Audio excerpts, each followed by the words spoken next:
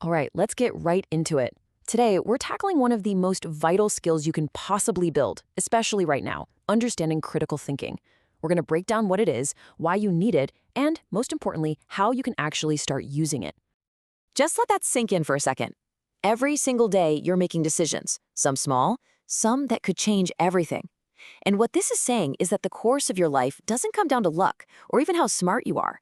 It comes down to the quality of your thinking. So, the real question is, how do we get better at it? Well, first things first, we have to get a handle on the world we're living in. Because, let's be honest, thinking clearly today is a whole different ballgame than it was even a decade ago. You know the feeling, right? You're just getting hit with this absolute tidal wave of information all day, every day. It's an infodemic. You've got social media, news alerts, AI-generated content, and it's all being shaped by algorithms that don't care about the truth. They just care about keeping you hooked, often by triggering an emotional reaction, not a thoughtful one. And that's exactly why this matters so much. In this kind of chaotic digital world, thinking critically isn't just a nice-to-have skill for a school paper. It's your compass. It's your shield. Honestly, it's a modern survival skill. So what do we actually mean when we say critical thinking? It's a term that gets thrown around a lot and is often misunderstood. So let's nail down a really clear definition.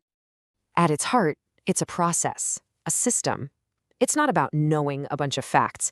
It's about having a reliable method for figuring things out, for making sense of the world. It really teaches you how to think, not just what to think. And this is so important because we need to bust a few myths. Critical thinking is not about just being cynical and tearing everything down. It's also not the same as overthinking, where you just get stuck in a loop of anxiety. And maybe the most important point here, it is not some special talent you're either born with or you're not. It is absolutely a skill, a discipline that anyone, and I mean anyone, can get better at with practice. I love this way of putting it. It just perfectly sums up the benefit, right? Without this skill, you're just kind of drifting along, getting pushed around by whatever headline or opinion floats by. But with it, you're the one at the helm. You are navigating with purpose, choosing your own direction. Okay, so the theory is great, but how does this actually work? Well, to get better at thinking, you first have to see that all of our reasoning has a basic structure. It has an architecture. And once you can see those building blocks, you can start making improvements. Yeah, think of any thought or argument like it's a little machine. It's got different parts, like what's its purpose? What assumptions is it built on? Where is the information coming from? A critical thinker basically learns how to open up the hood and inspect each of these parts individually to see if the whole thing is running smoothly. But there's a catch, a big one. We all have a major obstacle working against us, our own brains. Our minds have these built-in glitches, these predictable blind spots that can send our reasoning way off course. See, our brains are basically running on some pretty old software. They're wired for efficiency, not necessarily for accuracy. Our ancestors had to make split-second decisions to survive. That noise in the bushes, it's way safer to assume it's a lion and be wrong than the other way around. Those mental shortcuts, what we call biases, are still hardwired in us, and they cause all sorts of problems in our complex modern worlds. So let's talk about the big one, the one we all fall for, confirmation bias. This is our brain's natural tendency to act like a personal lawyer for our existing beliefs. It goes out and actively looks for any piece of evidence that says you're right, and it conveniently ignores, downplays, or totally forgets anything that might suggest we're wrong.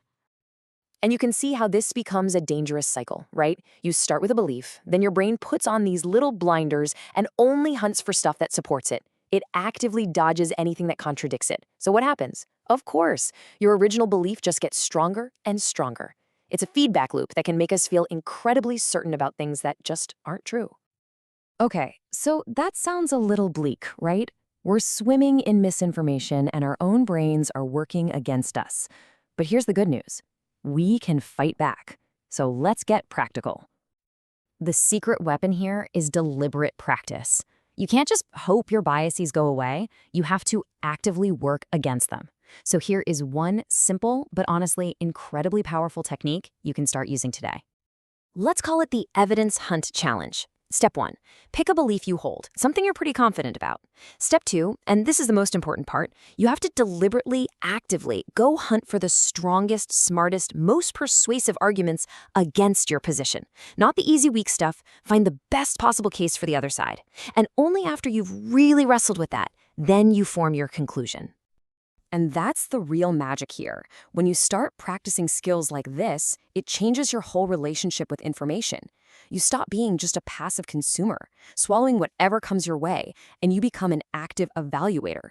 You become someone who can separate the signal from the noise. So, here is the bottom line. Your next important decision is just around the corner. The world is going to throw an article, an argument, a claim at you. And the question is, will you just react with your gut and your biases? Or will you pause, engage your reason, and make a truly intentional choice?